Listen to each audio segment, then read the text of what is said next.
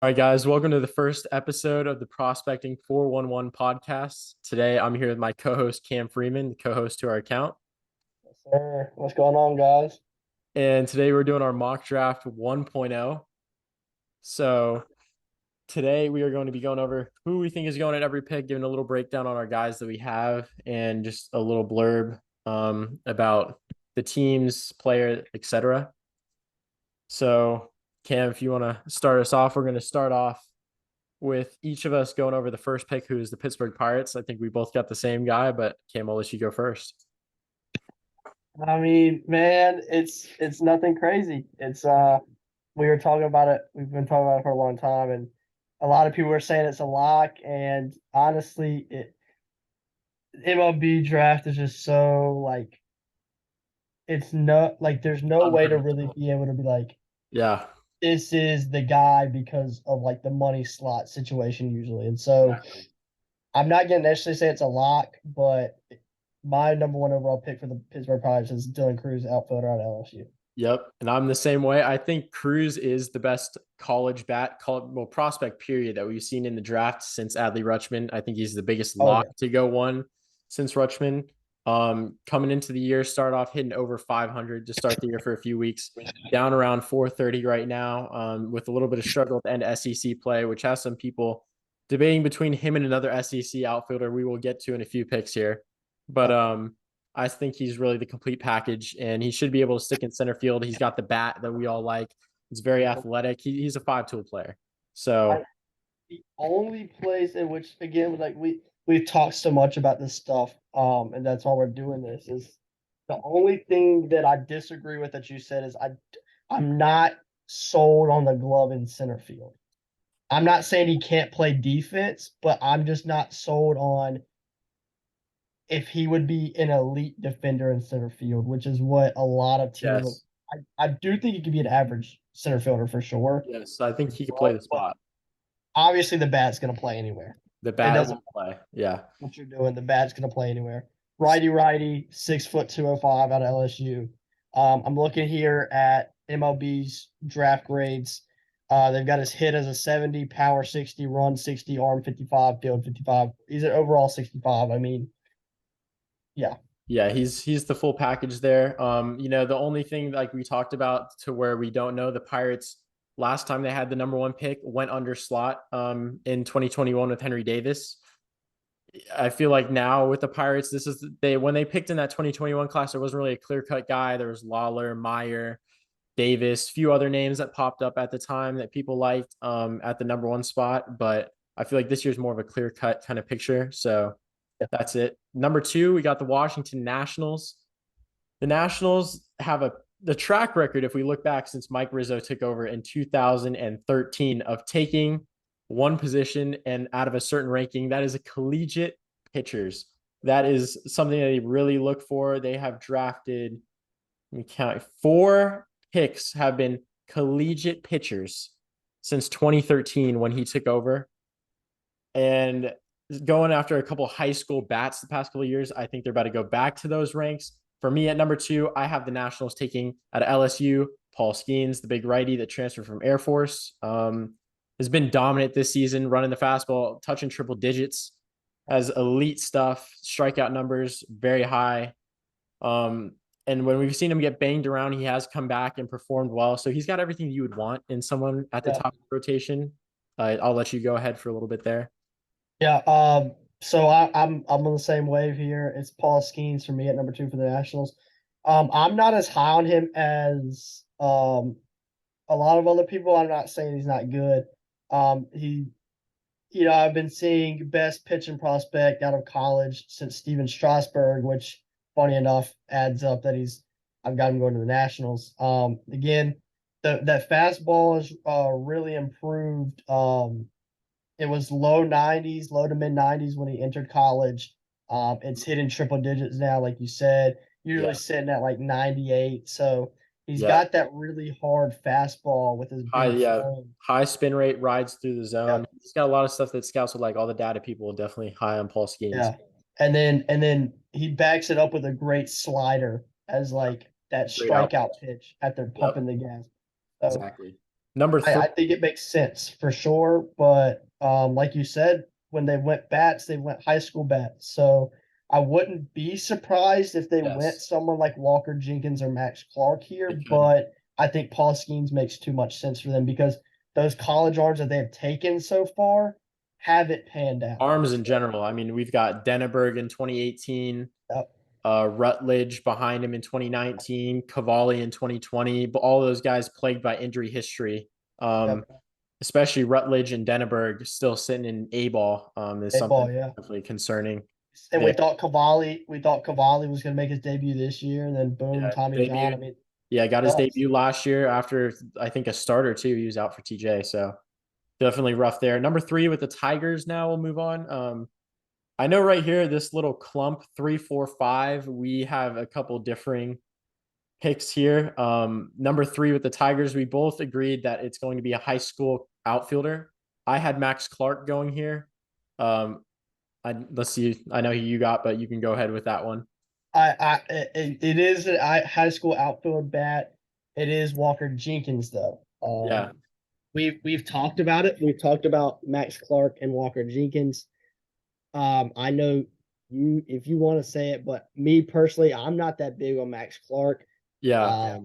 I just I don't really see it. Um, He's but a I big think for me. The difference there is Clark definitely a more pushy swing. He's very athletic. yeah, He has the speed. He's a good table setter, is where we think he's going to be. The off the field stuff is a big problem for me. I know we talked about that off the field stuff with his head. Definitely something that I've even heard from the scouts is something that they're concerned with. But I mean, he's had he showed that he can hit at high level playing on the USA national team. He showed he can handle the wood bat. He can go out there and do that. Just the things for me with the swing, he's got really great mechanics. Besides the fact he hits off his front side, which I think limits his power potential. Whoever picks him, I think that's something they will address with him, yeah. slightly at the very least. But the Tigers, they took Riley Green, another guy who's considered to be kind of raw with a high hit tool. They like those high hit tool guys. So Max Clark is the guy I got here. I'll let you talk about Jenkins a little bit. Yeah, see that's so I agree with you on the high hit tool thing with the Tigers, and that's why I thought Jenkins because where Clark is more of the raw guy, Jenkins is more of that like he's like the bat's kind of ready and that Yeah. power is insane. And if you look at the Tigers, I mean, looking at their major league and then looking at their farm system, they don't have a ton of Yeah. power in that system. I mean, Yep. the real only power guys you got is like Torkelson. I mean, Torkelson and Green, they were already they're up and through the system. I agree. and so I mean, I just think that it would be better to get a power bat more as a raw bat and Max Clark. I like that pick right there. Like we were talking about, I definitely agree. Moving on to number four, the Rangers, 4 for 4 the past 4 years, taking collegiate players, 100%. Make it fun. Past 2 years, collegiate pitchers, as we've known the Vandy guys. But I think we both agree here. I have the other SEC outfit we were talking about as a sneaky top pick, Wyatt Yep. Langford. A lot Wyatt of Langford. people, exactly, they're talking about Langford. Some people, they like he's a little bit quieter in the swing. He's got the same profile. He's just a little bit more under the radar. He's still very athletic, can play defense. He probably could play at least average defense in center field. The bat, very quick, very simple, great power numbers, hit very 5 tool guy, 5 tool exactly. athlete. Another five tooler. Hit well in SEC play, and he finished off strong as well. SEC tournament, had a nice little SEC tournament. So definitely a guy to keep an eye out for. I still think Cruz, just with the pedigree he's had over the 3-year career that he's had at LSU, you can't beat that. Langford, a little bit of a late bloomer at Florida, but definitely an interesting one. Now, number 5 with the Twins. I know we both got different guys here we talked about. For me, I got a guy flying up the draft boards out of the ACC tournament, Virginia's catcher, Kyle Teal. Definitely a guy, I think he can stick behind the plate. He's very athletic. You could move him to a corner outfield spot if a team took him that has a catcher already. Seen a lot of people like him going to Oakland. I heard Oakland likes him. So I think in that scenario, he would move to the outfield. But with the Twins, I feel like it's just a sneaky pick for them here under slot. They could go with to be a little bit more aggressive in the competitive and second round if they want to be aggressive with who they're going after. Give them a little more cushion for a signing bonus. But I'll let you talk about who you got here at 5 for the Twins. Yeah, first off, going off your COD Till thing, I don't mind that pick. I actually kind of like it. I think there's a chance that he gets farther up, from where he was. Just won ACC Player of the Year. Had a good ACC tournament. We'll see what he does, in the regionals. Hmm. And if they get past the regionals, what he does then. Bat's great. Defense is pretty good behind the plate. Me and you both, we watched him. Yeah. We watched him play last week, and I mean, the way that he frames pitches is just awesome. Like he's Yeah. really, really He's good. very he's an athletic catcher behind the plate for sure. He's got some And swagger too. I know we both recognize yeah, that when we watched. he's just a gamer, honestly. Like Yeah. he loves baseball and he loves what he does. Like it's just fun to watch him play. Um, Yes. and again, you said the under slot thing is the past couple years we've seen a pick in the top like seven, where it's like, oh, this guy got in the top seven, like Cade Orioles. Horton last year with the Yep. Cubs. Like, The I mean, Orioles as well, known for yeah, that with Kauser and Kudrstad, just to yeah, piggyback on that.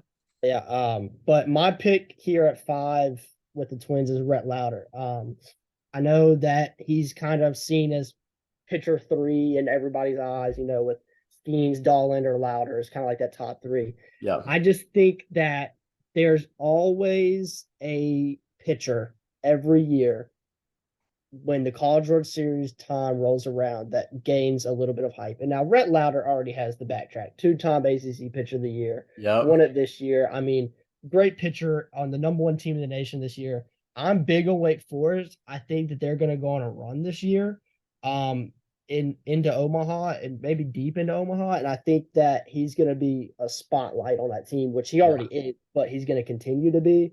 And I think it's going to get him more build up on the draft board. He's got a great fastball, amazing changeup. I know you were telling me about how the scouts love his changeup. Yeah. Me and you both were at the ACC tournament last week. We saw how many scouts were there watching him pitch. Yes. A lot.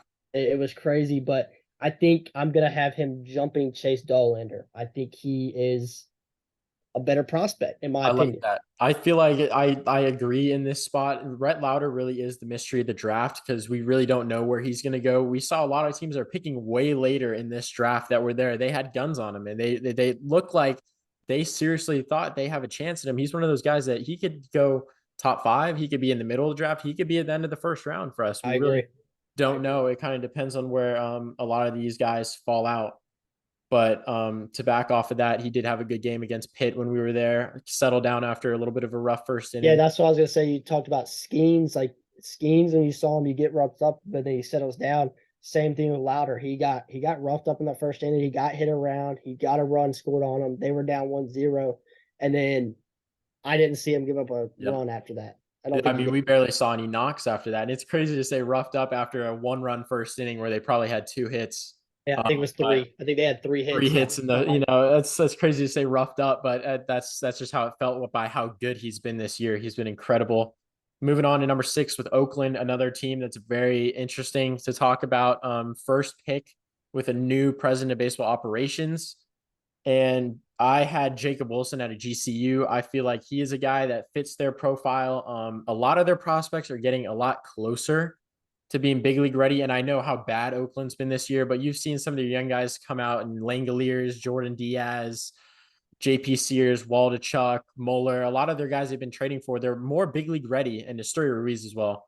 Than not. And the infield is really where they're lacking. Nick Allen up the middle, along with um, oh, I'm blanking right now, but Kevin Smith. That's what I was thinking of, who they Kevin traded Smith, for. yeah. Both of them, they have not really panned out up the middle with them. And with a Ruiz in center field, Tony Kemp at second, it's really a lot of guys that are going to be gone, and the infield is really where they need to get somebody. Jacob Wilson, I feel like he's a very big league ready bat. The power is not there, but the hit tool is there right away. Great defender. He's going to stick up the middle for sure. I definitely see him being a good guy here as another guy possibly under slot and fits the mold in Oakland. Yeah. So I have Oakland going another pitcher here at 6, and Chase Dollander out of Tennessee. Arsenal's great, fastball is great. Really not much to him. Everybody kind of knows the track record on Dollander. He's been there for 3 years now, and Yeah. it's been kind of known that he is going to be a top guy. ever since he stepped on campus in Oakland. Knoxville. That's the interesting thing though. Oakland here, I bet going into the year they did not think they had a chance at him, and now it's looking more and more likely they have a shot at getting a guy like Dolander. Yeah, and I think it works out for them because, like you said, those more the pitchers they've been trading for are more major league ready. Kyle Muller, JP Sears, you know, those guys, Walter Chuck. But my thing with them is none of these guys, and I know they don't get any lot of support, but like Mhm. none of these guys have really panned out for them. Mason Miller's been like that kind of bright spot for them. Yeah, the outlier But like, come but back like from you, injury. yeah, you look at the rest of their guys, and I mean like Freddie Tarnok, like not very good. Gunnar Hoglund just Outlier, hasn't. Tommy John. Yeah. Yeah, like I mean, he's been injury prone. JT Ginn, injury Tommy prone, and John guy. Yep. has a 12 ERA right now in Double A. Like, Yeah. I mean, it's just a bunch of just tough luck for them. The real guy that I think has the best shot for them is like Ryan Cusick, and he's not ready. Yeah. I think Dolander would be a good pick for them. You can probably place him into high A at the end of the year. He can probably be double A ready by the start of next year and make it up to triple A by the end of next year. So Yeah, I he could mean, be like a Kumar lighter type. I definitely agree with you on that. for sure. Moving on to 7, I have the Reds taking Chase Dolander, another team that has really struggled with pitching development recently. Starting to see Lodolo and Hunter Green show some strides, but definitely nowhere near what everybody had them coming out of the draft. They're getting there, a lot better than what they've been in the past, but a lot of their other arms just have not panned out at all that they've traded for. So I got them taking Dolander. Dolander, obviously, like we said, he's slipped a bit due to some rough starts that he's had. Some people questioning some of the things he's done, but the stuff is there. Stuff's true. A lot of people like that. Control's been a little bit off this year, but I think it's a steal here for the Reds. Let you. And then at the Reds, can't really say much about him because we already talked about him. I had the Reds taking Max Clark, the outfitter out of um, high school left-hander. The reason why I went with him here for them, not since again, since we already talked about him, there's no really point to talk about him as a player. But the reason why I made this pick is you look at their outfielders and they've had all of these guys and they just haven't turned out. Nick Senzel, I mean, he's an average outfielder. TJ Friedel is an average outfielder. Stuart Fairchild isn't good. Austin Hendrick is still like in A ball. I mean, it's just a bunch of just failed outfielders at their failed outfielders. So maybe you take the high school kid and hope he pans out at that point. Just because you got to take a chance at an outfielder at some point. So why not now? With Max Clark being talks of, going top 3, top 5, he slips down here to 7. You take him there. Yep. I definitely agree. I think that is something that is very possible. We go next to the Royals. There's a lot of murmurs that Blake Mitchell, catcher out of Texas, high school catcher. Usually they don't go too high, but Mitchell has been very hyped up. A lot of people like him very much, very athletic. Got a solid bat behind the plate. The Royals apparently very high on him, so this is a guy that could go here. I have them going with another safe college bat, just like last year with Gavin Cross. I have them taking Jacob Gonzalez at Ole Miss, bouncing back after a slow sophomore year. Really came on again this year, hitting over 300. Um, with a good amount of home runs, 15 plus, I believe. He's really come back, shown the power numbers again, shown the hit tool that all of us fell in love with his freshman year, and really came back and put himself in the conversation to be a Golden Spikes winner this year. So I think he's the guy they go with here. Safe pick. Again, I'll let you go with who you got. I also have the Royals taking a safe bat out of college. However, again, this is a guy that we already talked about. It's Kyle Teal. I think catcher makes a ton of sense for the Yep. Royals at 8. I don't know. I don't see why they would go Blake Mitchell that early, unless they really wanted to get him for under slot value. But then Kyle Teal falling here makes way too much sense for them to not take. Yeah, I agree with that. Next up at number 9, finally coming off the board for me, Walker Jenkins, high school outfitter for the Rockies. Another guy, I had him kind of comp to Zach Bean. I know we aren't really going into many player comps, but it makes too much sense. Big frame, great hit tool, a lot of projectable power there. To me, he is like a Zach Bean mold. probably going to end up in the corner outfield, I believe, but he is definitely a guy that fits the Colorado mold and would play very well in Coors Field. Yeah. At 9 is a guy again.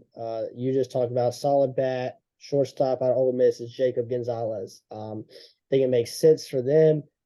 Tovar, I I don't know if Tovar will stick at shortstop. He could definitely Um, slide. I could see that.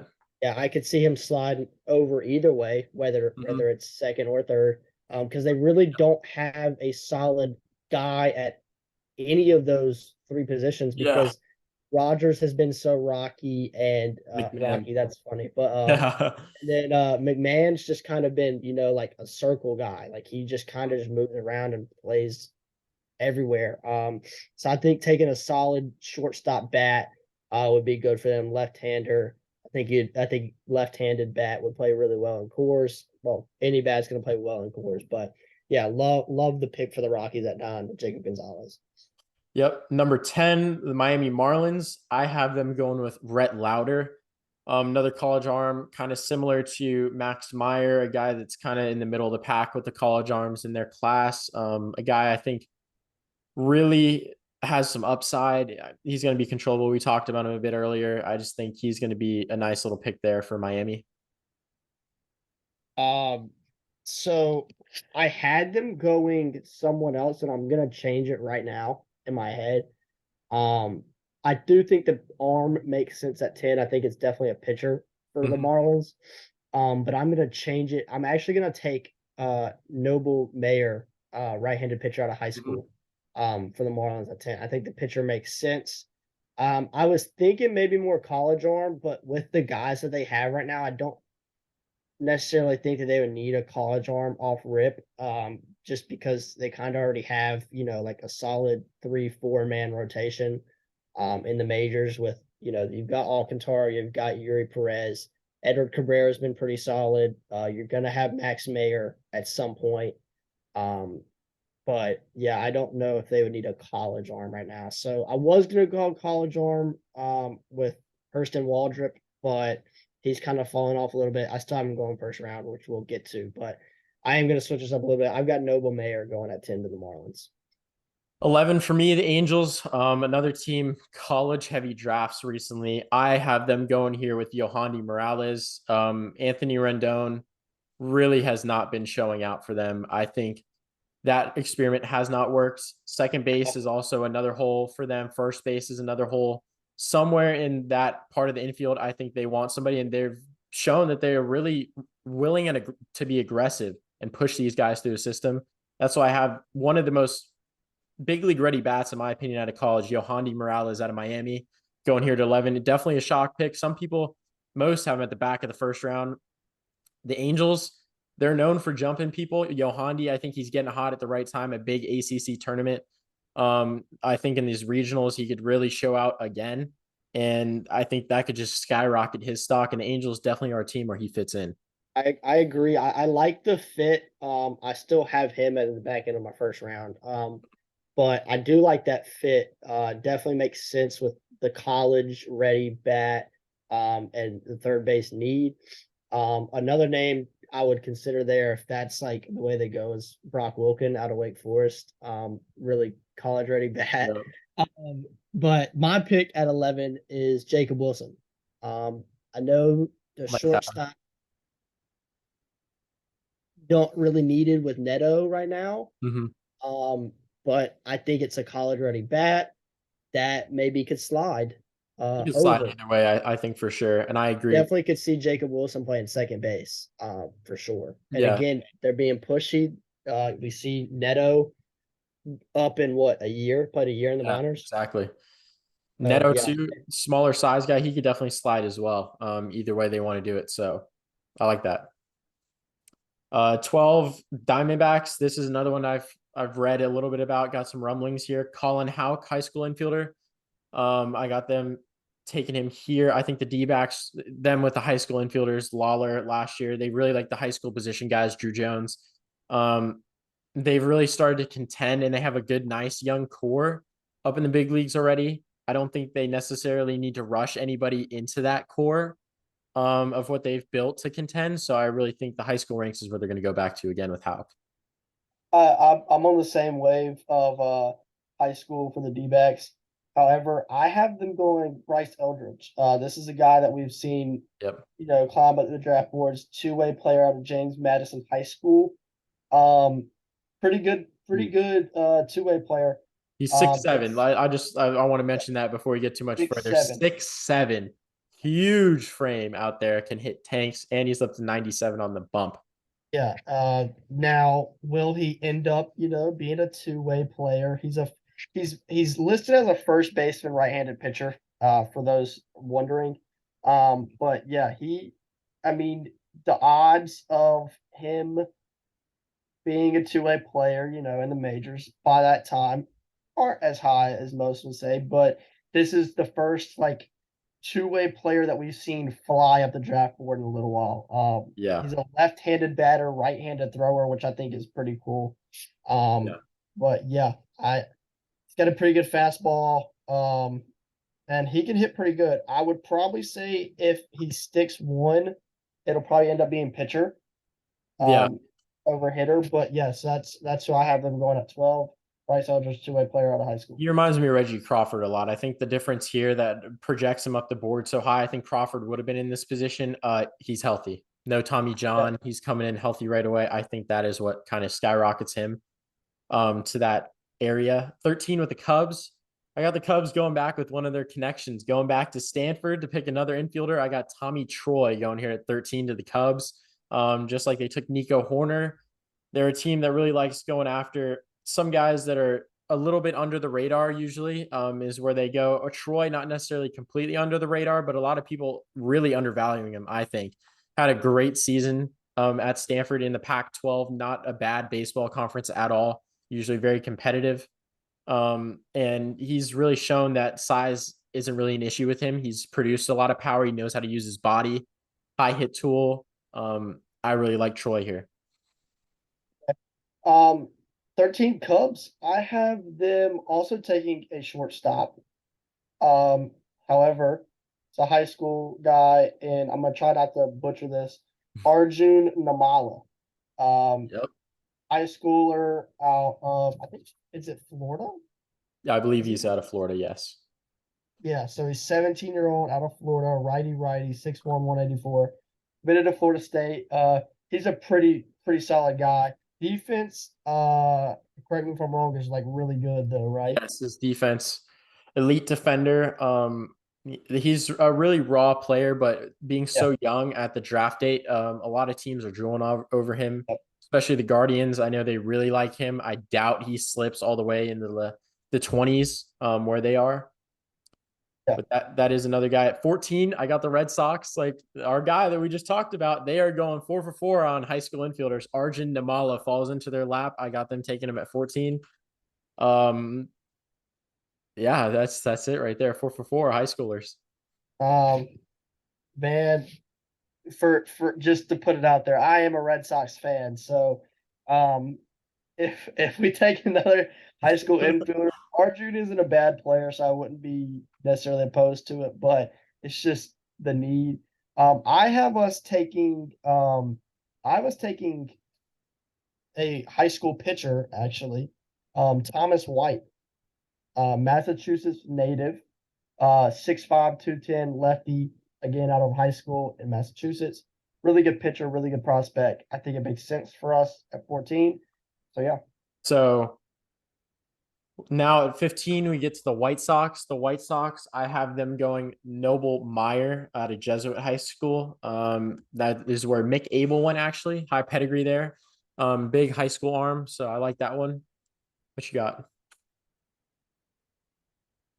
I have the White Sox taking Enrique Bradfield Jr., outfielder out of Vanderbilt. Us both being local to three of the four White Sox minor league teams. Yes. It isn't the best pick for us, but it'd be fun to watch him play. I think he's a good player. I think he's a good outfielder. Watched him play last year in a USA Stars versus Stripes game in Charlotte. Um, he's got a good bat, great defense. I honestly don't know how well the bat will end up playing. Yeah, If I definitely. had to comp, if I had to comp him to somebody, probably like Billy Hamilton. He Um, is one of those guys like a Billy Hamilton, Buddy Reed, kind of boomer bust pick. You're really hoping the bat pans out there. yeah, Especially for a college guy, really risky. Um, but and I think it makes sense in the White Sox perspective. Eloy has been kind of the bat still is fine, but the defense just looks worse and yeah, worse every day. He injury gets history hurt. too with their outfielders has been really bad. Robert, Eloy, Yeah, Robert's hurt a lot. Colas, we saw, went up, played pumped. pretty well at the beginning of the year and just kind of fell off, kind of got figured out. Has been playing pretty well in AAA though, so we'll see what happens when he gets back up. Benintendi, they gave the contract. Yep. But really at this point where they're at this year, I wouldn't be surprised if Benintendi gets shipped off at some point if somebody's willing to take that contract that they gave him. Yeah. Um, and they don't really have anybody in the farm system outfield wise. Farm Yoelqui system's barren in Cespedes, general. This yeah, draft, they need to in general, yeah. I retool mean, everything. yeah, I agree. I agree. Um, Next up, the Giants. I got the Giants going Matt Shaw out of Maryland. We will actually most likely be seeing him this week. Watch out, possibly, for some video of Matt Shaw. Maryland is in the Wake Forest Regional, so we may see him, may be able to get a few clips. But Matt Shaw, I like him. Another guy, great bat, solid defender, really is your prototypical safe pick that's going to at least be a great bench guy at the very, very worst. I have him being an average starter, most likely at the big league level, but I think the bat's there. He could definitely play. And it's just, he fits with the Giants to me. It makes too much sense. Yeah. Um, my pick is Aiden Miller. He's a third baseman out of high school. Um, I think that this pick makes sense for them because if you look at their history, um, past couple of years, it's been Hunter Bishop, outfield college bat. It's been four college guys in a row: Hunter Bishop, Patrick Bailey, Will Bednar, Reggie Crawford. Yeah. No real infielders in there. And if you look at their farm system, I mean, Casey Schmidt has came up and played good. Yeah. But Marco Luciano is their only top guy, and he's like a shortstop. And he He really struggled just this year. hasn't, huh? He struggled this year a lot. He Very, very. really hasn't panned out for what they have. Their other bats are Averson Ortega, who I don't think looks to Another guy be struggling. shortstop. Luis Matos is an outfielder, and then the rest of their like top 15 is just like pitchers. Yeah, For they the have a lot of pitching. They really don't have a solid like third base prospect. And I think Aiden Miller, sorry, could Yeah. be the pick here, 6'2", 210, righty, out of high school in Florida. Committed to Arkansas, but the power's there, the defense is there. And I think that it is a good pick. And I honestly think it's kind of a steal for the Giants at 16. Yeah. Funny enough, 17 with the Orioles. I got Miller right behind. Um, Miller, like we've talked about with some of these high school guys, Miller, Arjun, and Colin Houck all have really skyrocketed a bit. Their profiles this year, they've really looked the part. Summer ball, a lot of them had great showings last year. Arjun has really been more of a late bloomer out of the three, I'd say, just due to the age, how he's looked. A lot of people fell in love with some things about him.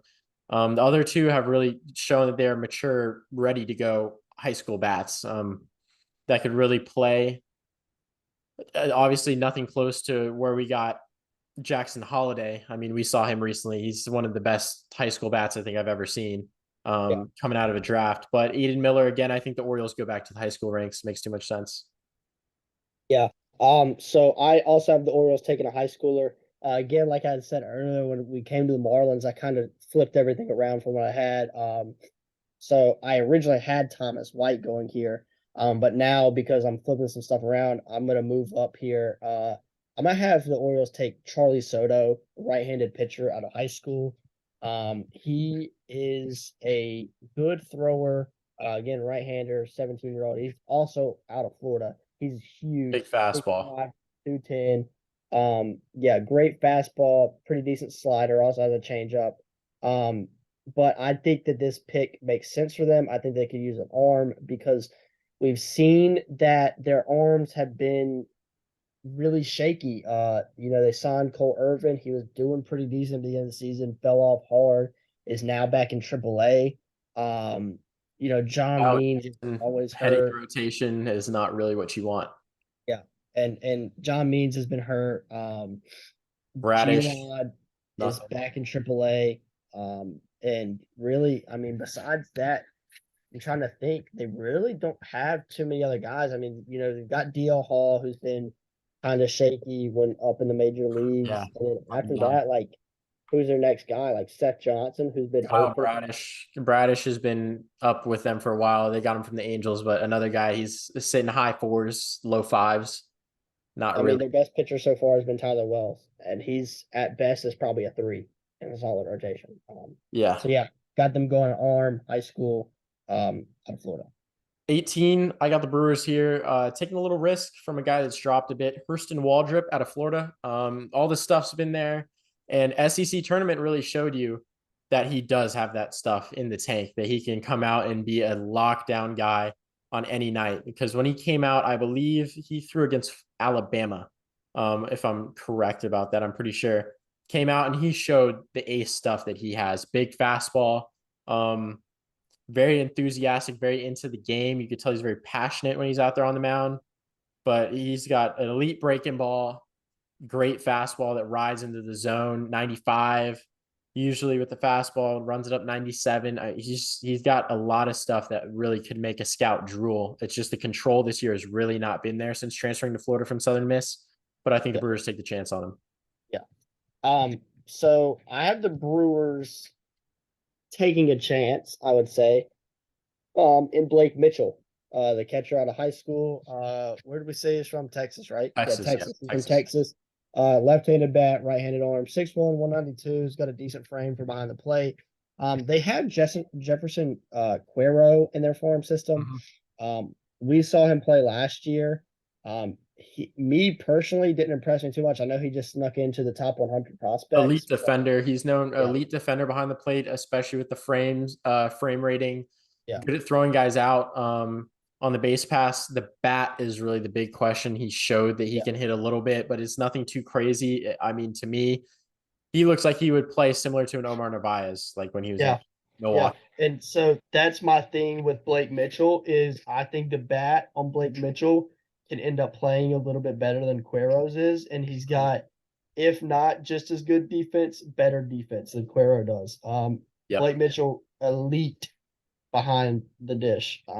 And I think that's what teams are going to love about him. Yeah. And that's why I think that he has potential to go top 15, especially if you see Kyle Teal off the board quick. I think it would make sense if Kyle Teal isn't on the board at 8 for them to take Blake Mitchell at 8. Yeah. But yeah, that's my pick at 18 for the Brewers. Catcher out in Texas, Blake Mitchell. 19 with the Rays. A couple picks here. We're going to go back to back. A couple guys flying up the draft boards recently. 19 with the Rays. A lot of scouts have been talking about him at Huntington Beach High School. Ralphie Velasquez, catcher first baseman, committed to Arizona State.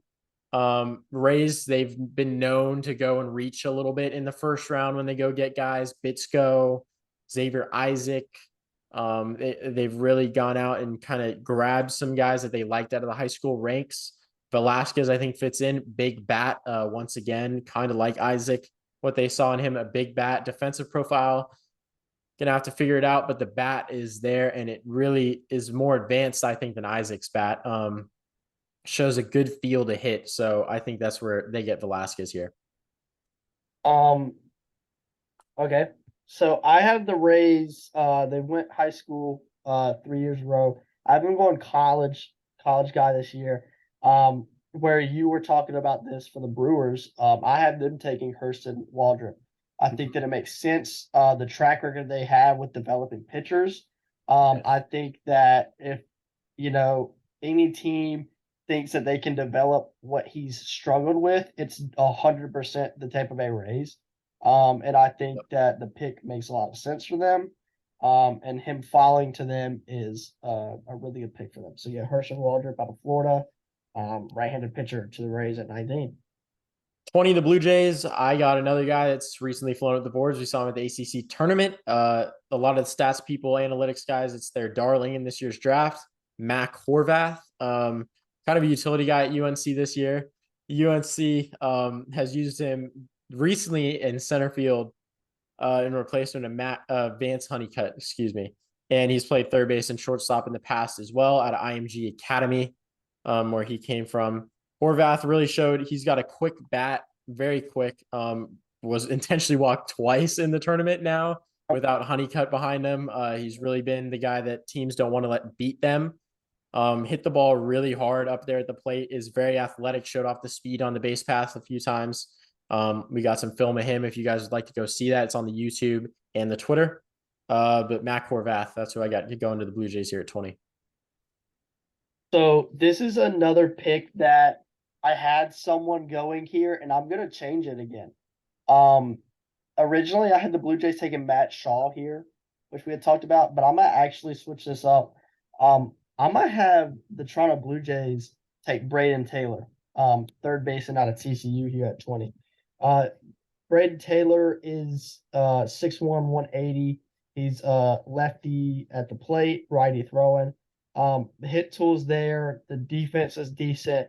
I think that this is a replacement for when Matt Chapman's time is up, which probably is within the next 3 to 5 years, and I think that would fit the time frame that Taylor would need to be ready to be major league ready. Top 10 talent at the beginning of the year, falling down into the middle of the first round after early year slump. I do like that. Big hit tool. 21, the Cardinals. Funny enough, Braden Taylor is off the board from TCU. I had 3 third basemen in a row, kind of a spoiler for what's coming next with the Mariners. With the Cardinals, I got them taking Taylor. I like this in the sense of Nolan Arenado. I think he's getting shipped off at the deadline with the Cardinals struggling. I think he would fit into that rebuild because, especially with them, I think they're more looking to not rebuild for a long time, go for a shorter term rebuild. He's a more ready bat that would be around at this point, more big league ready bat with a high hit tool. So, Braden Taylor. Yeah.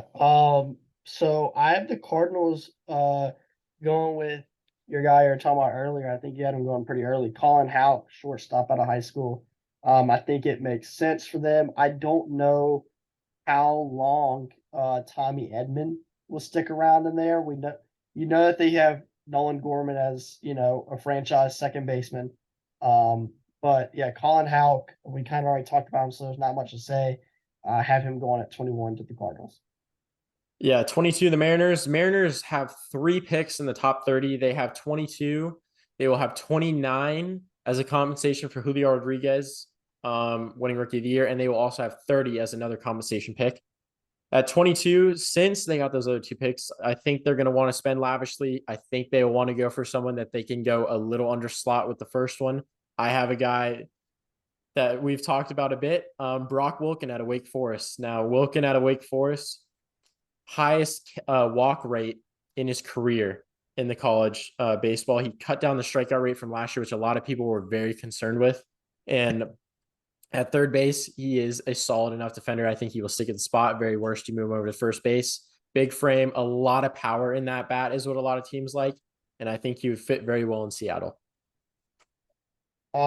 Mariners at 22, I had them going Matt Shaw, who again we talked about earlier, shortstop out of Maryland. Just won Big Ten Player of the Year. Had a good Big Ten tournament. Has a chance to, make an even bigger name for himself. Playing in the number 1 team in the country's regional. Come this upcoming weekend, and potentially advancing and knocking off the number 1 team in the country. Yeah, I like that a lot. 23, we got the Guardians. I know you talked about it a little bit. I got Thomas White going here. Now, this is a guy really a lot of people have talked about being in a similar situation to Brock Porter. The signability not really being known with him. He definitely wants a big number, is what we've heard out of IMG Academy. Big lefty. Definitely the best lefty arm in the class. Big fastball, committed to Vanderbilt. And I think the Guardians, we know their track record with pitching. They are amazing with pitchers and what they can do. And his control issues, which is the big thing scouts have a concern about, I think that's something for them that is not a big deal. I think they will easily be able to go in and help him control his offerings and really bring his above average stuff to the big league level. Okay, Guardians, I also have them going with a high school pitcher. Um, Whether it is Travis Sikora, pretty sure is how I say it. Mhm. He's a high school right-handed pitcher out of Round Rock, Texas. He's big guy, 6'6", 220. Fastball is already touching triple digits. It's usually sitting in that 96, 98 range, but it has reached 101. And he's got a really good splitter as a second pitch. And again, like you said, Guardians love those high school arms. I think it would make a lot of sense for them to take one at 23. And Travis Sakura is probably the best option on the board for them, in my opinion. Right there.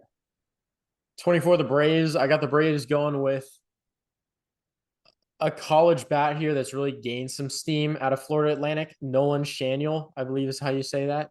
He has gained some steam. The defensive profile is another guy we really don't know where he'd fit in. First base, outfield, kind of what a lot of people feel, but the bat is really what's playing there. A lot of people like the bat. He's been a guy that's kind of flown up boards due to this. His high hit ability, got some pop.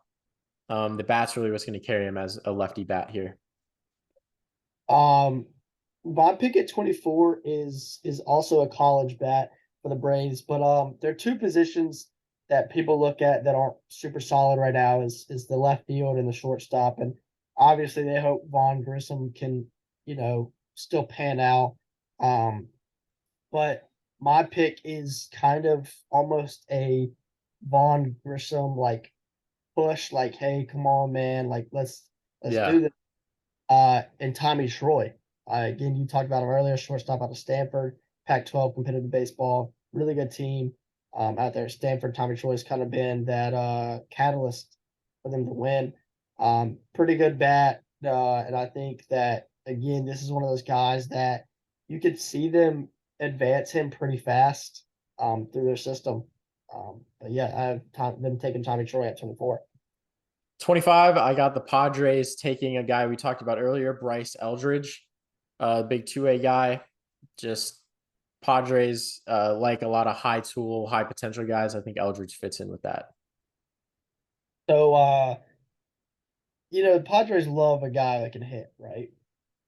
So this is somebody that you talked about earlier, if I'm correct, with Yohandy Morales. Mm-hmm. Um, so that's why I have the Padres taking at 25. I think it fits really well. And if you really look at Yohandy Morales, he's kind of a similar player to Manny Machado. I think that it would help them. It would help Yohandy as a player to be able to kind of be mentored by Machado. And yeah, I think it makes sense for the Padres to take him at Yeah, 20. I like that. I like that idea you brought up there. Yankees at 26.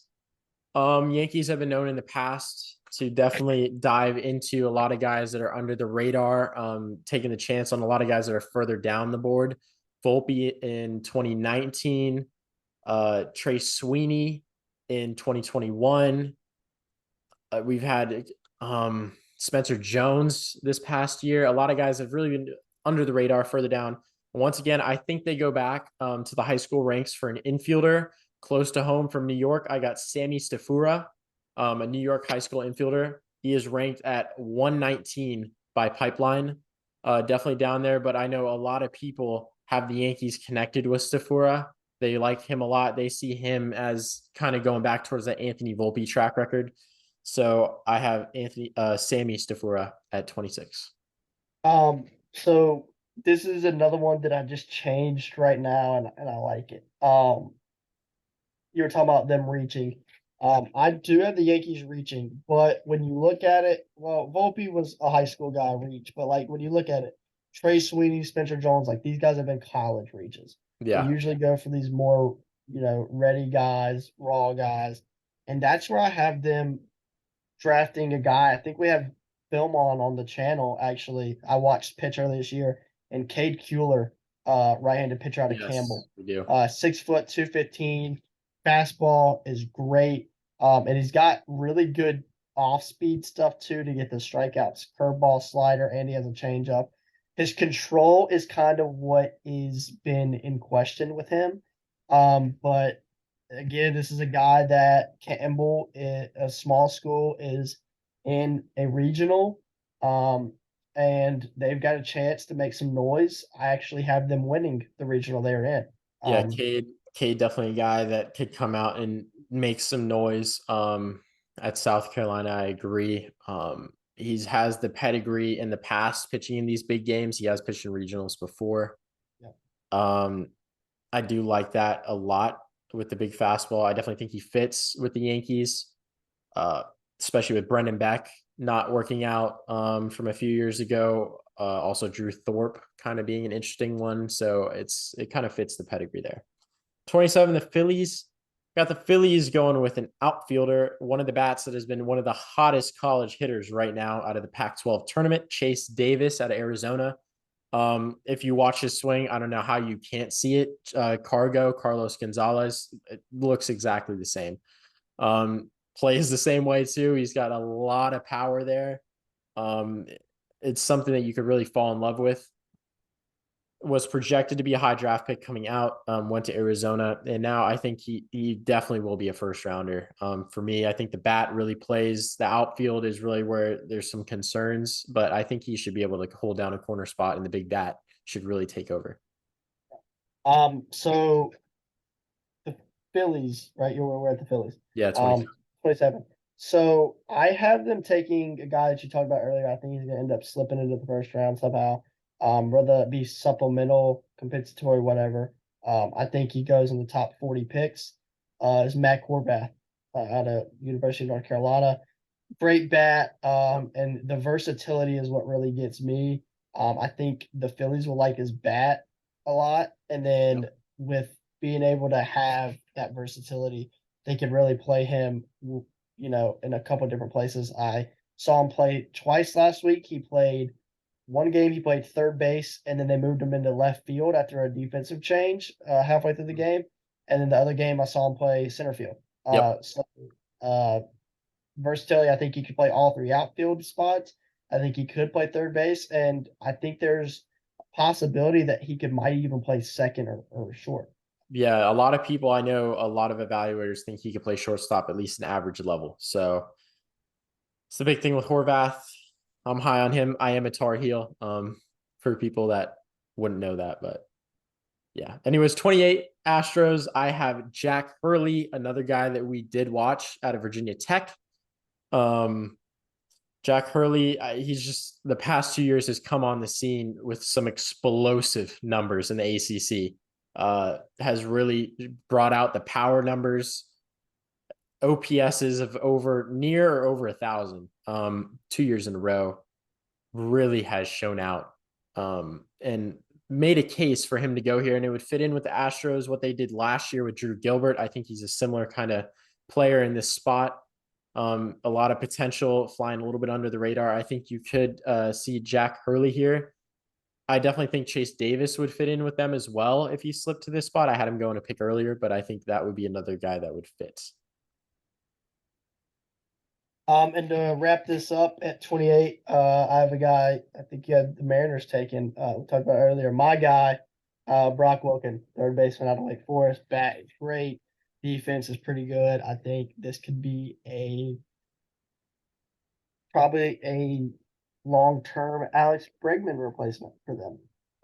To hold down that third base position for a couple more years with Houston. I do like that. A couple other guys that I would just like to mention really quickly, that I know there has been some steam behind, that could slip into the back end of the first round, where we just talked about Rock Chalowski out of Hamilton High School in Arizona, the program that's become very established in Arizona, winning another national title, or high school title in Arizona.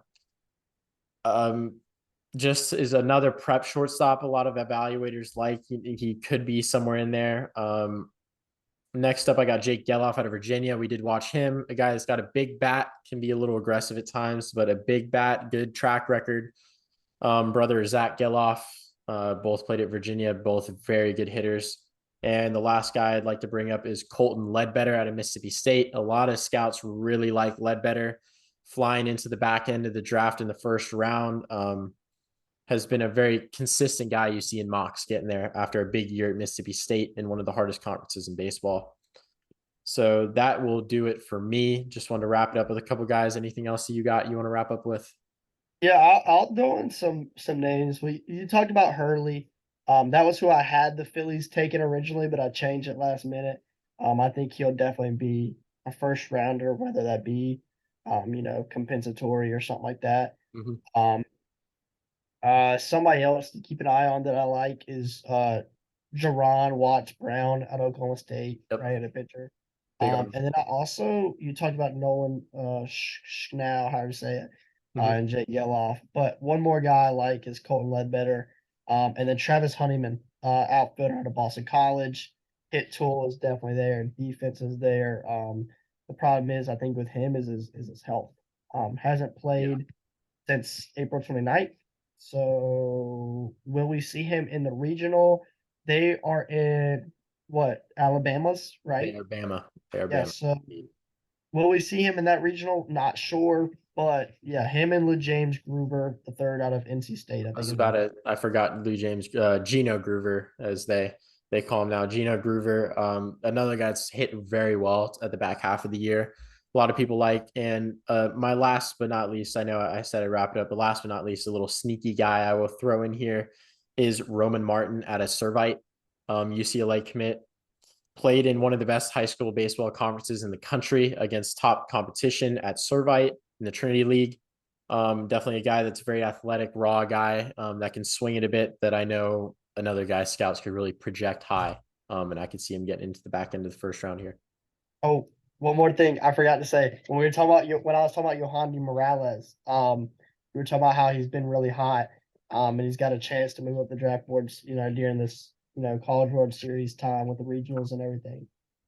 He is hitting over 500 in May right now, which is insane. to Think Yep. about. But yeah, I just wanted to throw that out there. Recently in the ACC tournament, I mean, he's got to have at least, I know at least 3, 4, maybe home runs in the ACC tournament. He had 2 in one game. I know he had one the other day in the semifinal to advance them. He gave them a great run. So that'll do it, I think, for this. We will come back with another episode of the podcast this week before Friday, giving some projections and our thoughts on the regionals that just came out today. And we will probably update our mock drafts, our 2.0. We will come out with our next one after the regionals. So be on the lookout for all that. Be on the lookout for more film on the Twitter and the YouTube that we got. We got some more stuff that needs to get posted. Brock Wilkin will be out. Maybe even before this video comes out. This stuff will all be out very, very soon. Thank you so much for tuning in. And from both of us at Prospecting411, have a good day.